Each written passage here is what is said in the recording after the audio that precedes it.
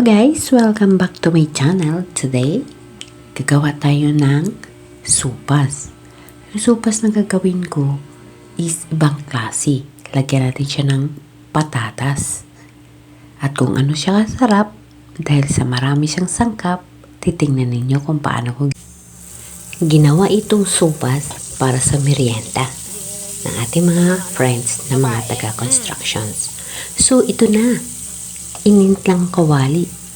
Ilagay natin yung konting butter, onion and garlic. At inisa-isahin natin yung malalaking hiwa ng ating chicken. Para pag kumain sila, mabubusog na talaga dahil napakaraming sangkap. After na lumabas yung ating sariling juicy na ating chicken, ilagay natin ang ating ibang sangkap. Yun na nga mayroon kaming patatas, carrots, and hotdog. Also, mayroon pa tayong meatloaf. So, napakaraming sahog.